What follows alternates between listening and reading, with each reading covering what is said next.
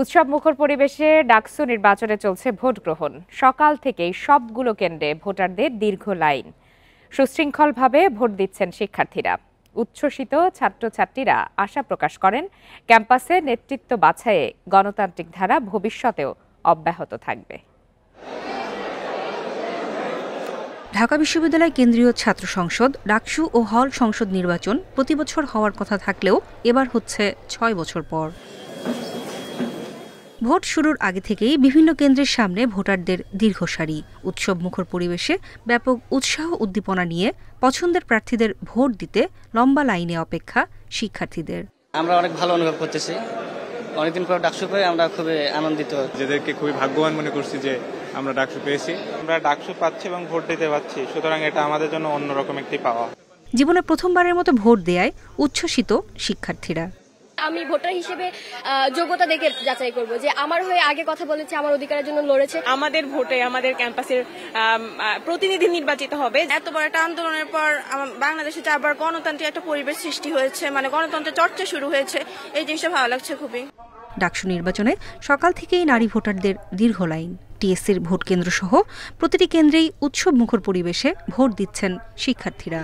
ক্যাম্পাসে কাজ করবে, তারপর ক্যাম্পাসের ইমপ্রুভমেন্ট কেমন হবে, আমাদের হয়ে কিভাবে কাজ করবে, এগুলো মেন ফোকাস ছিল। যেহেতু জীবনের প্রথম ভোট, অবশ্যই অনেক উৎসাহ ফিল করতেছি। আর ক্যাম্পাসে আজকে ঈদের মতো ফিল হচ্ছে, কারণ আজকে বহিরাগত নিয়ন্ত্রণ করা হয়েছে। ক্যাম্পাসে শুধু আমরা স্টুডেন্টরা আসতে পেরেছি। সবাই কালকে হলে অনেকে মেহেদি দিয়েছে, মানে ক্যাম্পাসটা এখন পুরো গরম হয়ে গেছে। এটা উল্লাসে আর কি, ক্যাম্পাসে শুধু মজা আর মজা। আমরা নিজেরাই ভেবেছিলাম যে অনেক বড় লাইন হবে, অনেক স্টুডেন্ট, বাট এরকম কিছুই হয়নি, যেটা দেখে আমি সত্যি মানে আমার এই বিষয়টা অনেক ভালো লাগছে।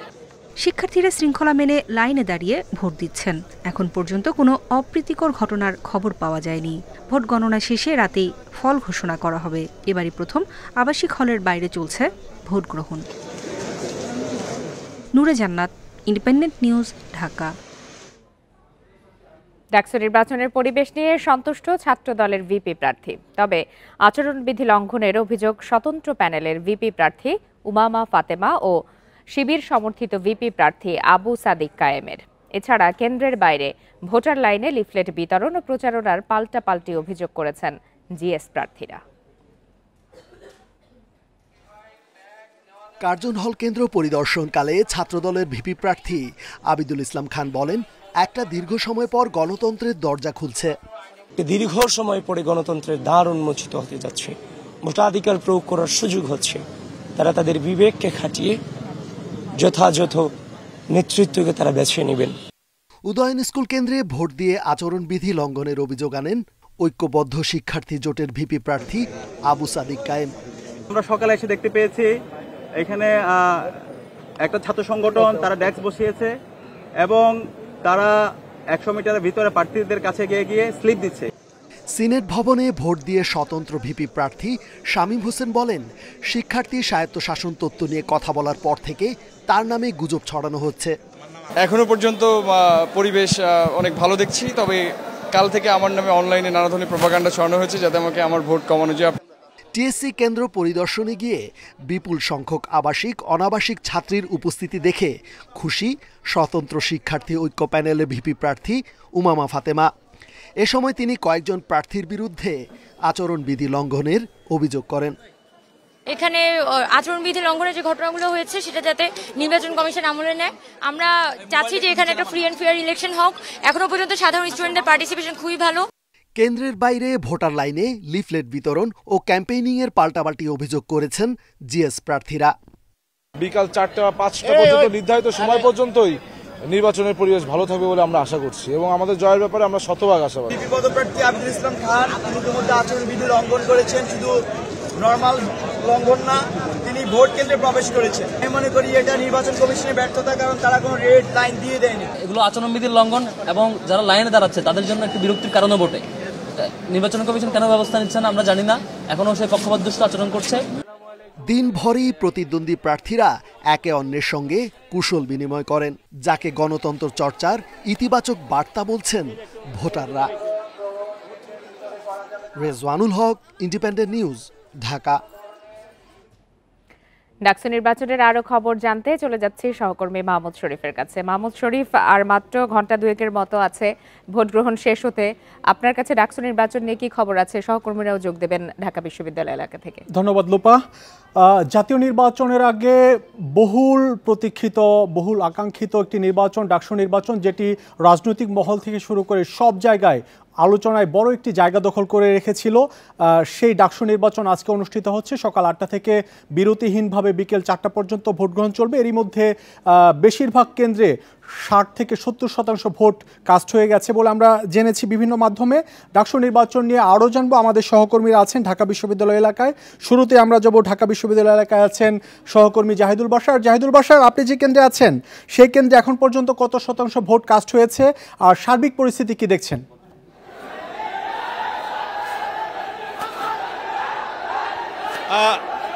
আপনাকে দেখুন মাহমুদ শরীফ, এই মুহূর্তে যদি আপনাকে বলি, আমি এই মুহূর্তে রয়েছি ঢাকা বিশ্ববিদ্যালয়ের যে সিনেট কেন্দ্রে, এবং এখানে খানিকটা হট্টগোলের শব্দ আমরা শুনতে পাচ্ছি। এখানে কিন্তু মোট 3টে হল, হাজী মুহসিন হল, বিজয় 71 হল এবং এখানে আরেকটি হল রয়েছে এফ রহমান হল। এই হল মিলিয়ে 4800 কিছু বেশি ভোটার রয়েছে। তার মধ্যে এখানে প্রফেসর গোলাম রব্বানী, যিনি এই কেন্দ্রের মূল দায়িত্বে, আমরা তার কিছুক্ষণ আগে কথা বলেছি, তিনি বলেছেন যে 70% ভোট কাস্ট হয়ে গেছে। এবং এখানে যেই হট্টগোলের কথা আমরা বলছিলাম, সেখানে আমরা যেটা দেখতে পাচ্ছি যে কিছু ভোটার যারা রয়েছে তারা এক ধরনের এখানে হট্টগোল করার চেষ্টা করছে। তো আমরা একটু ভেতরে যাব এবং আমরা দেখার চেষ্টা করব যে আসলে এখানে কি হতো। আমি এর আগে আমরা খবর পেয়েছি যে অনিয়মের অভিযোগ থেকে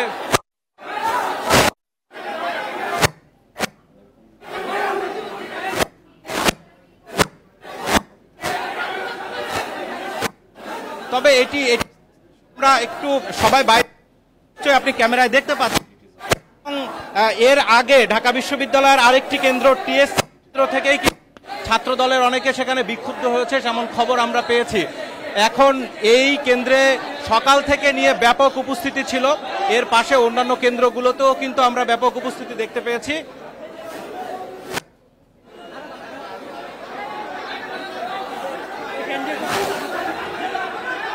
আমরা দেখতে পাচ্ছি প্রফেসর গোলাম রব্বানী, তিনি সবাইকে শান্ত করার চেষ্টা করছেন।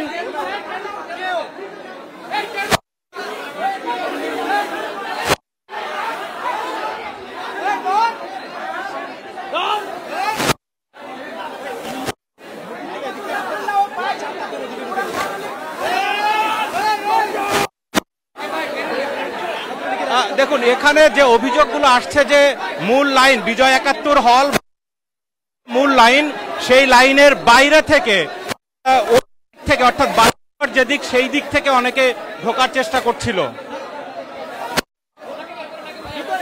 আমরা একটু যদি সাথে কথা বলি,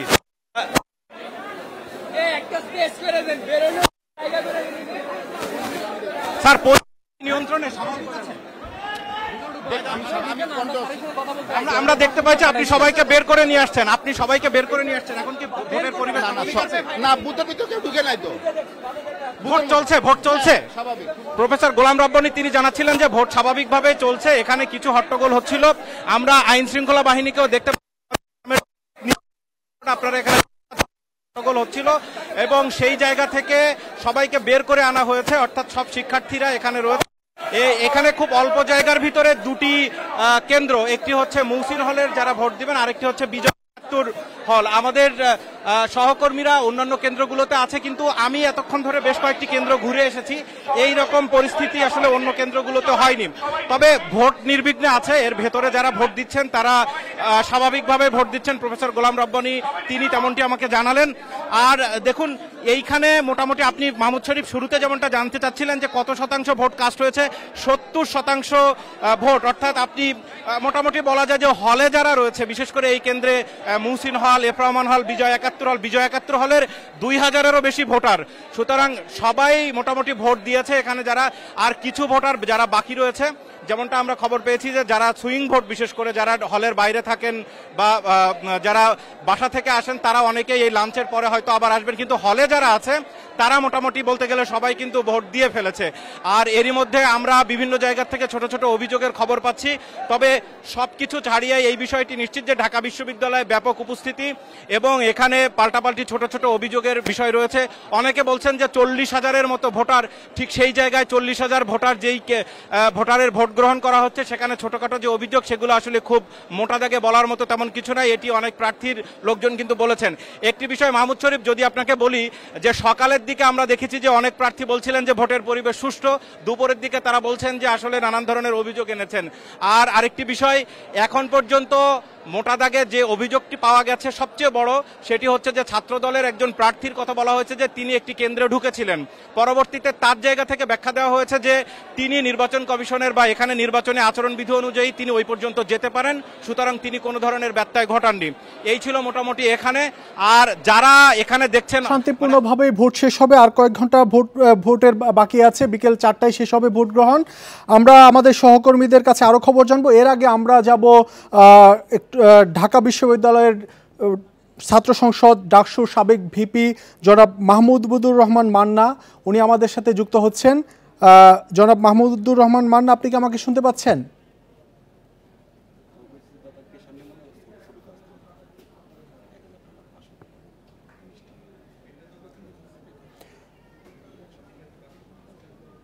দুঃখিত দর্শক, আমাদের সংযোগটি বিচ্ছিন্ন হয়ে গেছে। আমরা আমাদের আরেক সহকর্মী আছেন ঢাকা বিশ্ববিদ্যালয়ে মামুনুর রহমান। মামুন, আপনি যে কেন্দ্রে আছেন সেই কেন্দ্রে কোনো বিশৃঙ্খলার ঘটনা আছে কিনা, বা এখন পর্যন্ত কত শতাংশ ভোট কাস্ট হয়েছে?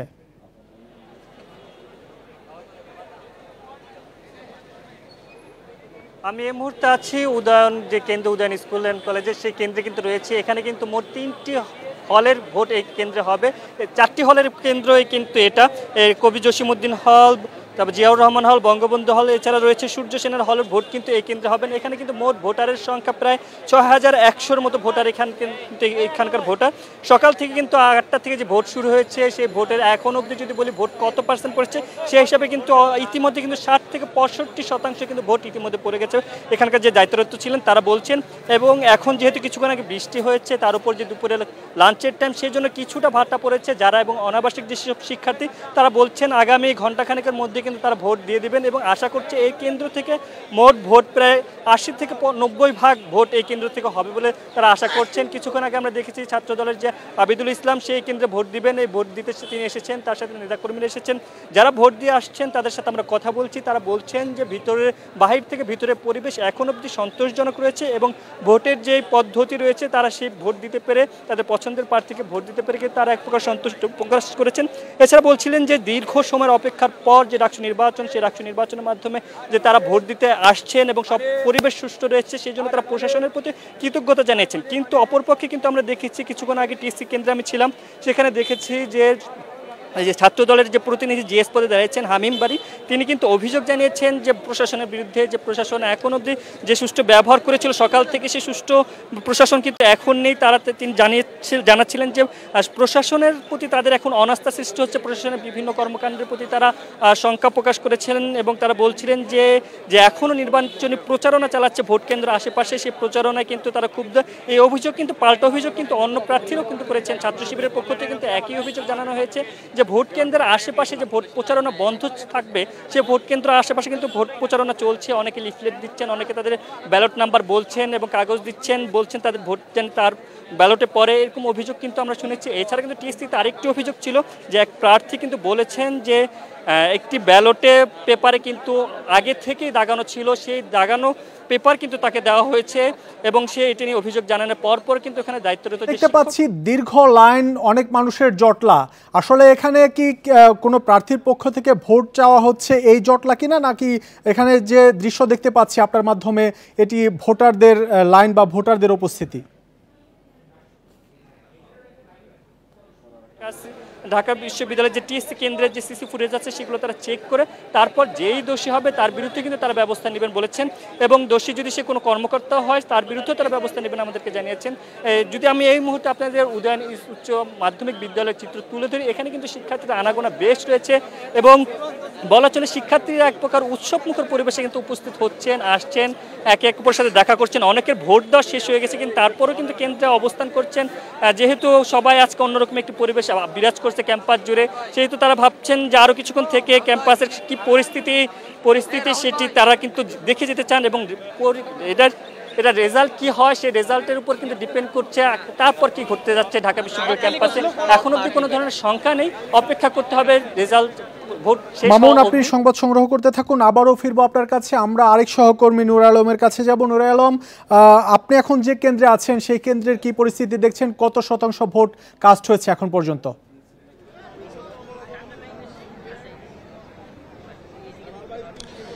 আমি এই মুহূর্তে রয়েছে কার্জন হলে। এখানে দুটি হলের ভোট কেন্দ্র রয়েছে, এই শহীদুল্লাহ হল এবং ফজলুল্লাহ হল। দুই হলেই 65% ভোট এরই মধ্যে কাস্টিং হয়েছে।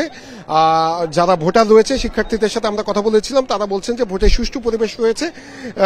এখন পর্যন্ত কিছুক্ষণ আগে বিশ্ববিদ্যালয় কর্তৃপক্ষ একটি প্রেস বিজ্ঞপ্তি দিয়েছে। টিএসসি ভোট কেন্দ্র নিয়ে এক ধরনের গুজব ছড়ানো হয়েছিল যে সেখানে ভোট কেন্দ্র স্থগিত হয়ে গিয়েছে। বিশ্ববিদ্যালয় কর্তৃপক্ষ বলছে এটি পুরোপুরি গুজব। এই গুজবে কাউকে কান না দেওয়ার আহ্বান জানিয়েছেন। টিএসসি ভোট কেন্দ্রে সুষ্ঠুভাবেই এখন ভোট চলছে। আমরা কয়েকজন এই ভোটারের সঙ্গে কথা বলবো, তারা ভোটের পরিবেশ কেমন দেখছেন সেটি জানার চেষ্টা করব।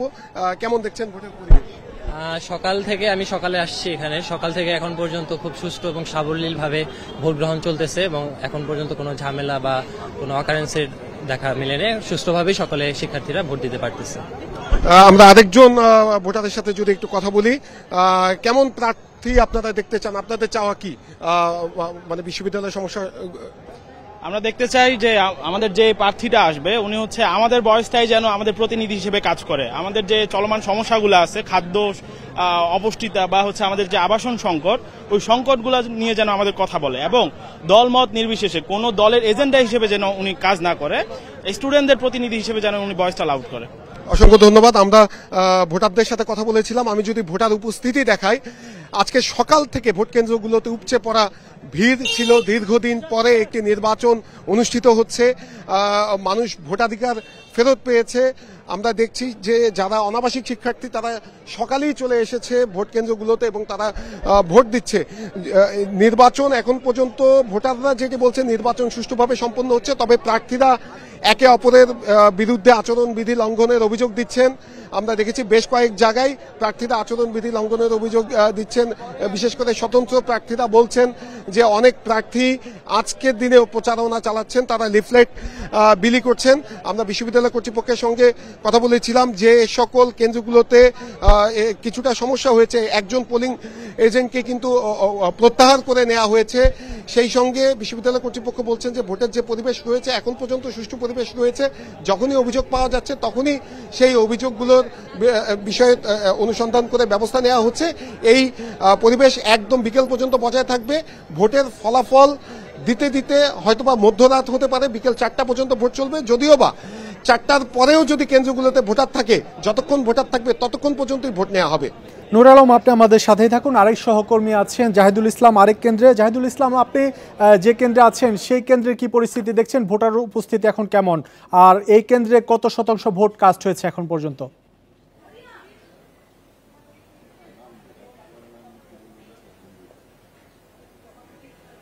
আচ্ছা, আমি এখন রয়েছি ভূতত্ত্ব বিভাগে যেই কেন্দ্রটি রয়েছে, কবি সুফিয়া কামাল হলের যেই শিক্ষার্থীরা রয়েছেন তারা এখানে ভোট প্রয়োগ করছেন সকাল থেকেই, এবং এখানে কিন্তু ভোট সংখ্যা 4,500-এর অধিক, এবং সেই ক্ষেত্রে আপনারা দেখতেই পাচ্ছেন সকাল থেকে যেই আনাগোনা ছিল শিক্ষার্থীদের, এখানে কিন্তু আসলে মূল রয়েছেন যারা নারী শিক্ষার্থী রয়েছেন তারা, এবং তারা কিন্তু ভোট প্রয়োগ করছেন এবং সকাল থেকে আমরা দেখেছি দীর্ঘ লাইন ছিল। তবে এখন যে পরিস্থিতি দেখতে পাচ্ছেন এটি আসলে কিছুক্ষণ আগে বৃষ্টি হয়েছে এবং বৃষ্টির পরবর্তীতে এখন লাঞ্চের সময় চলছে, যে কারণে এখন কিছুটা শিক্ষার্থীর সংখ্যা কম এবং ভোটার এখন উপস্থিতি কম রয়েছে। তবে শিক্ষার্থী এখন যারা বাইরে রয়েছেন তাদের ছাড়াও কিন্তু হলের ভেতরে কেন্দ্রের ভেতরে কিন্তু অনেক শিক্ষার্থীরা রয়েছেন যারা ভিতরেও লাইন দিয়ে আছেন এবং বাইরের যে পরিস্থিতি সেটি কিন্তু একদম ঠান্ডা একটি পরিস্থিতি, সুন্দর একটা পরিস্থিতি বলছেন।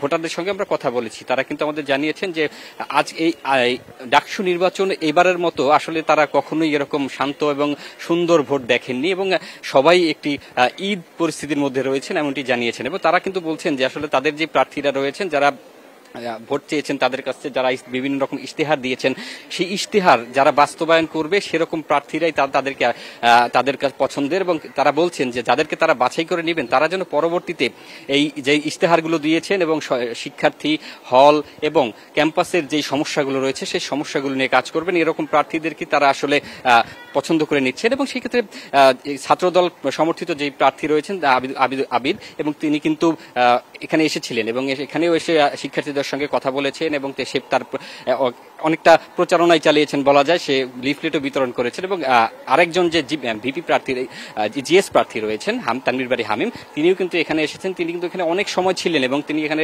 শিক্ষার্থীদের সঙ্গে কথা বলেছেন, আমাদের সঙ্গেও তিনি কথা বলেছেন। এখানে কিন্তু তিনি ভোটের এই পরিস্থিতি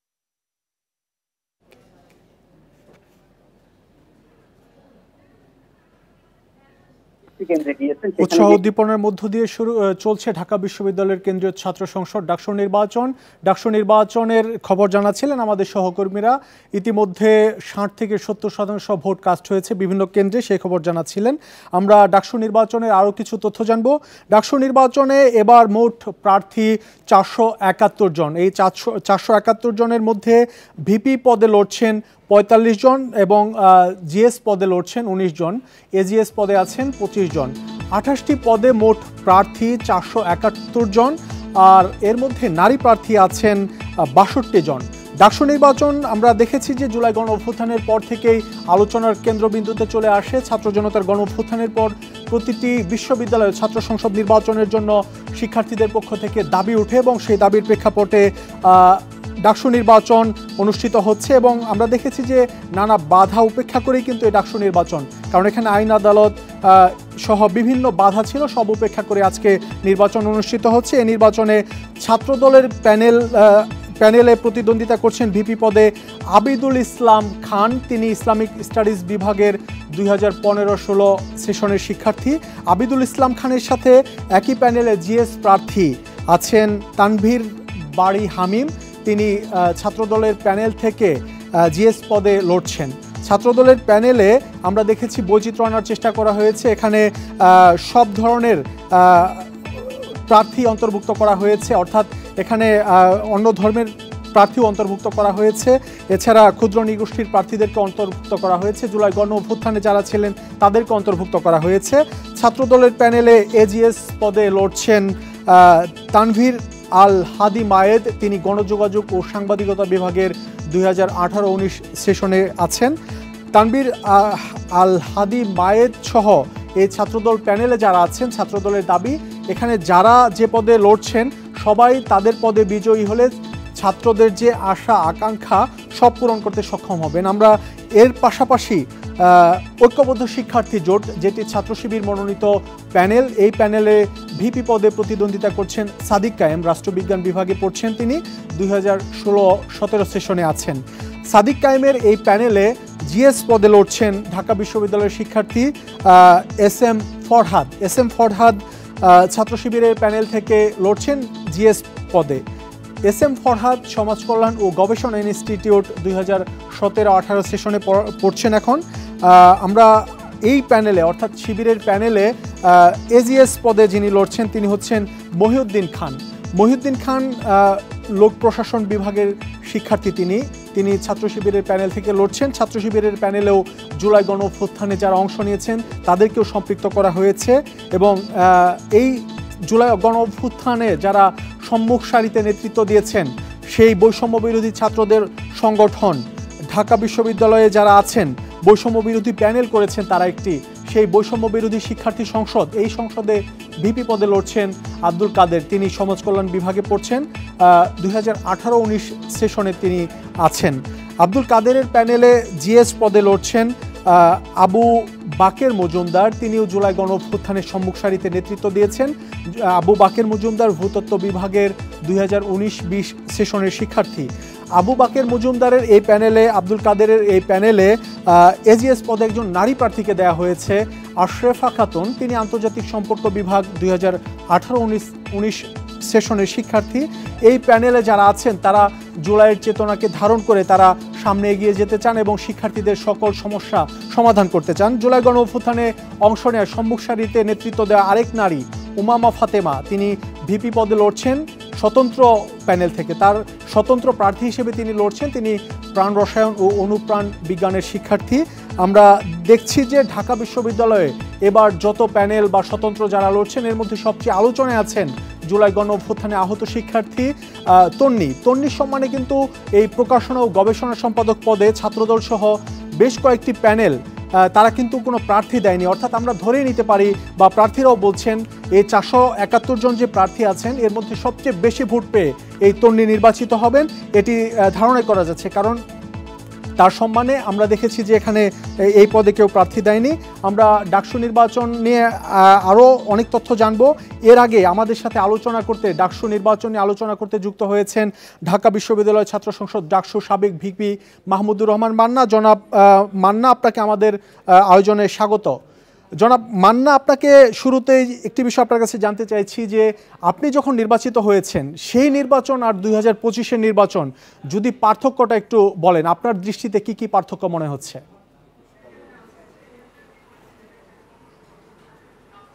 দুটো জেনারেশন এবং অনেক গ্যাপ আছে, দৃষ্টিভঙ্গি আলাদা। সেই দৃষ্টিভঙ্গি জীবনবোধের প্রতি যেরকম, সেরকম সমাজের সম্পর্কে, রাজনীতি সম্পর্কেও খুব স্বাভাবিক যে ওই দৃষ্টিভঙ্গি নিয়ে যে আমরা যা নির্বাচন করেছিলাম তখন আমাদের সময় অ্যাবসলিউটলি এটা পলিটিক্যাল কালারে ছিল।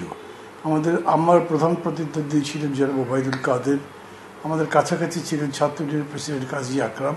এর বাইরে অন্য কোনো প্রতিদ্বন্দ্বী আলোচনা করবার মতো ছিল না। তাছাড়া স্বতন্ত্রতা প্রায় কোনো অস্তিত্বই ছিল না। এখন দেখছি যে স্বতন্ত্র অনেক আসছে এবং এই স্বতন্ত্রতা আসবার কারণ নিশ্চয়ই আছে, একটা সামাজিক কারণ। এবং এরকম কেউ মনে করেন না যে স্বতন্ত্র প্রার্থী দাঁড়িয়ে এটার কোনো সফলতা আসবে না বা তাকে দিয়ে কোনো দায়িত্ব পালন করা যাবে না, এই দৃষ্টিভঙ্গিটাও বদলে গেছে।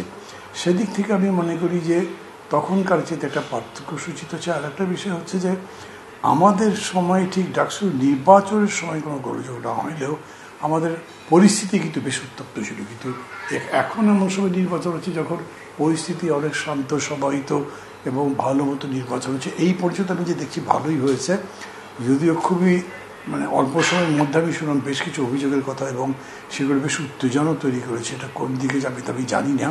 তো সাধারণভাবে আমি বলবো যে ওখানকার চাইতে তখনকার চাইতে এখনকার এই পার্থক্য হচ্ছে যে এই আলাদা জেনারেশন আলাদা করে ভাবছে, ডাকসু আলাদা করে ভাবে। মান্না, একটি বিষয় জানতে যাচ্ছি, জাতীয় নির্বাচন ফেব্রুয়ারিতে অনুষ্ঠিত হবে, এটি সরকারের পক্ষ থেকে বলা হয়েছে। জাতীয় নির্বাচনের আগে এই ডাকসু নির্বাচন সব জায়গায় আলোচনার কেন্দ্রবিন্দুতে। আপনি কি মনে করেন এই ডাকসু নির্বাচন জাতীয় নির্বাচনে কোনো প্রভাব ফেলতে পারে?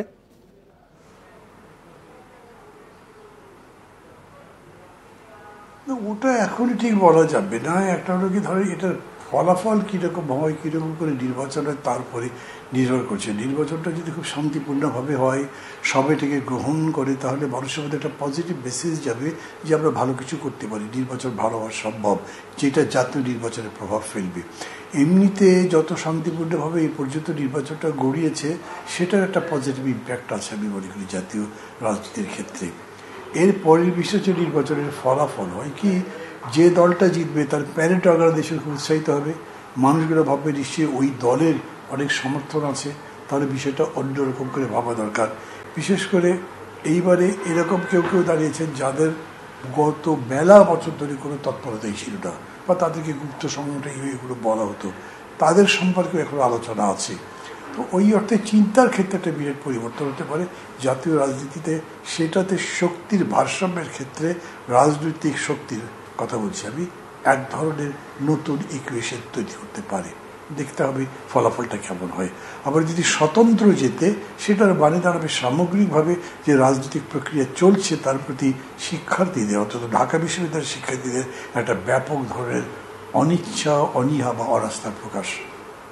2019 সালের ডাকসু নির্বাচনে কিন্তু সহ অবস্থান দেখিনি, সেখানে অনেক ঝামেলা হয়েছিল ছাত্র সংসদের নির্বাচনকে কেন্দ্র করে।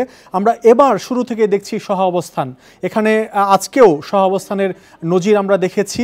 তো এই যে রাজনৈতিক দলগুলোর ছাত্র সংগঠনের মধ্যে যে সহ অবস্থান, এই সহ অবস্থান ধরে রাখার জন্য আপনার পক্ষ থেকে কি কি পরামর্শ থাকবে?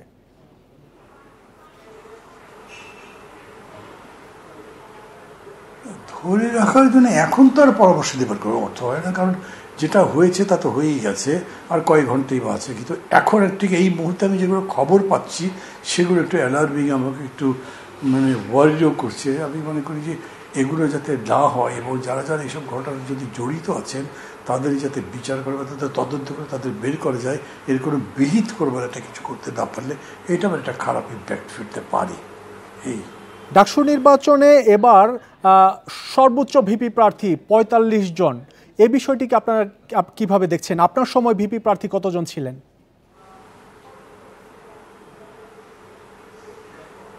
আমার সংখ্যা বলে নেই কতজন ছিলেন, কিন্তু এরকম হয়েছে না, অনেকে ভিপি দাঁড়িয়েছেন যাদের নাম আমার এখন মনেও নেই হতো এতগুলো বছর পরে, তবে ব্যাপক সংখ্যক দাঁড়ায়নি।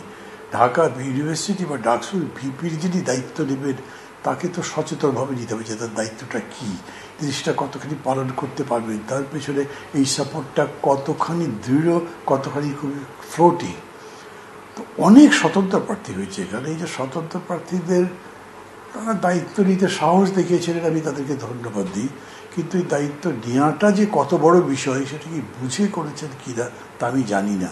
সেদিক থেকে যদি দেখি তাইলে আমি বলবো যে তখন হয়তো রাজনৈতিকভাবে সাংগঠনিকভাবে ছাত্র সমাজ আরও সংগঠিত ছিল, এখন সেটা নাই। এখন বরঞ্চ ব্যক্তিগত চিন্তা ভাবনা আর তার মধ্যে বিশেষ করে নেটের যে প্রভাব, তাতে ওই কার কত লাইক আছে, কার কত ফলোয়ার আছে, এগুলো হিসাব করা হয়।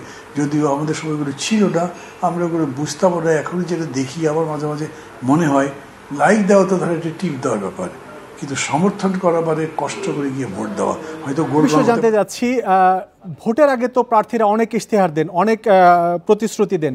ডাকসু নির্বাচনে বিজয়ী হবার পর সেই প্রতিশ্রুতি বাস্তবায়নে কি কি বাধার সম্মুখীন হতে হয়?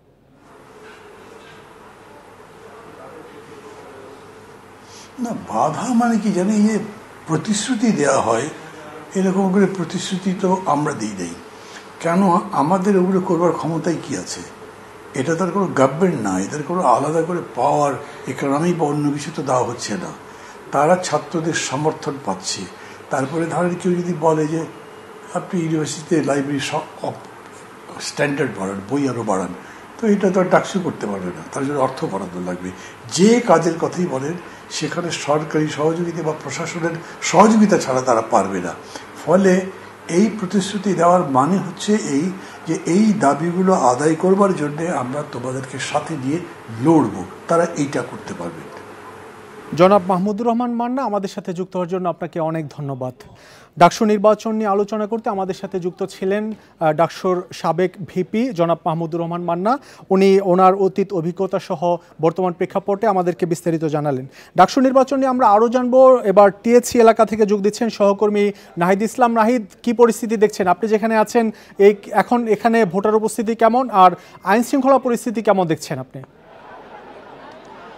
মূলত সকাল থেকেই ঢাকা বিশ্ববিদ্যালয়ের টিএসসি যে কেন্দ্রটি রয়েছে এই কেন্দ্রের মধ্যে কিন্তু বিপুল সংখ্যক ভোটারদের উপস্থিতি দেখা গিয়েছিল এবং যেহেতু রোকেয়া হলের যারা মূলত এখানকার ভোটার রয়েছেন তারাই এই কেন্দ্রে ভোট দিচ্ছেন এবং এখন পর্যন্ত যেটি জানি সর্বোচ্চ সংখ্যক ভোটের পরিসংখ্যান কিন্তু এই কেন্দ্র থেকে আমরা সর্বশেষ পর্যন্ত যেটি জানতে পারলাম, এখন পর্যন্ত প্রায় 59% ভোট কিন্তু কাস্ট হয়েছে বলে আমরা জানতে পেরেছি। সেই সাথে কিন্তু প্রায় ভোটার সংখ্যা প্রায় 3300+ ভোটার এখানে উপস্থিত হয়েছে বলে আমরা জানতে পেরেছি। এখন পর্যন্ত কিছু অভিযোগ পাল্টা অভিযোগের মধ্য দিয়ে এখন পর্যন্ত এখানকার ভোট গ্রহণ কিন্তু চলছে। আমরা দেখছি কিছুক্ষণ পরপরই কিছু প্রার্থীরা এখানে আসছেন, এসে এখানকার ভোট কেন্দ্রের পরিস্থিতি নিয়েও কথা বলেছে। মূলত এই কেন্দ্রে ভোটার সংখ্যা 5641 জন। মূলত নারী ভোটার যারা আছেন রোকেয়া হলের তাদের সবাই এই কেন্দ্রের ভোটার এবং এখানে ভোট দিচ্ছেন সকাল থেকেই।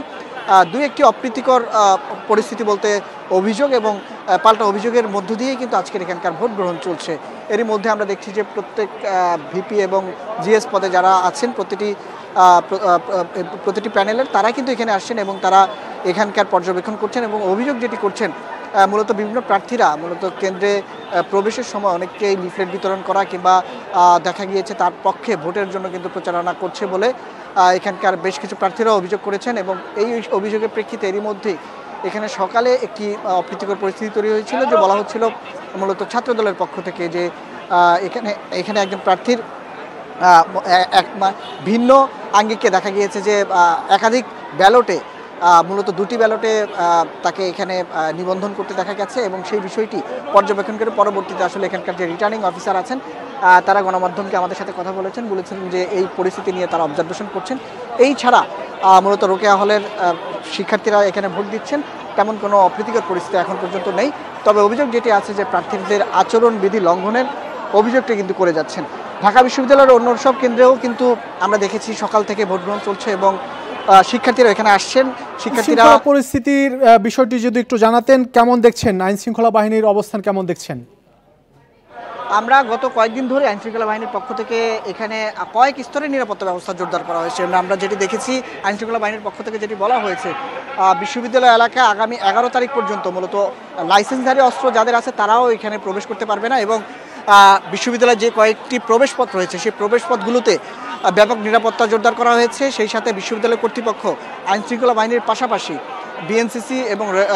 বিএনসিসি সহ বিশ্ববিদ্যালয়ের শিক্ষক এবং বিশ্ববিদ্যালয়ের প্রক্টোরিয়াল বডি যারা আছে তারাও কিন্তু এখানে আমরা দেখছি যে এখানে কিন্তু নিরাপত্তার দায়িত্ব পালন করছেন এবং এখানে কিছুক্ষণ পরপরই বিশ্ববিদ্যালয়ের প্রক্টোরিয়াল টিমের পক্ষ থেকে এখানে মাইকিং করছে এবং আইন শৃঙ্খলা বাহিনীর সদস্যরা পুরো ক্যাম্পাস জুড়ে তাদের অবস্থান নিয়েছে। আমরা দেখেছি সকাল থেকেই বিভিন্ন মোড়ে মোড়ে আইন শৃঙ্খলা বাহিনীর অবস্থান আছে। বিশ্ববিদ্যালয় কর্তৃপক্ষ যেখানেই সহযোগিতা চাইবেন বা যেখানে অপ্রীতিকর পরিস্থিতি দেখবেন সেখানে আইন শৃঙ্খলা বাহিনীদের সদস্যদের নিয়োজিত হওয়ার কথা রয়েছে। সব কিছু মিলে এখন পর্যন্ত আমরা যেটি দেখছি নিরাপত্তার ক্ষেত্রে কেউ যেন ভুয়া আইডি কার্ড ভুয়া তথ্য দিয়ে এখানে প্রবেশ করতে না পারেন। গতকাল রাতে আমরা দেখেছিলাম ভুয়া আইডি কার্ড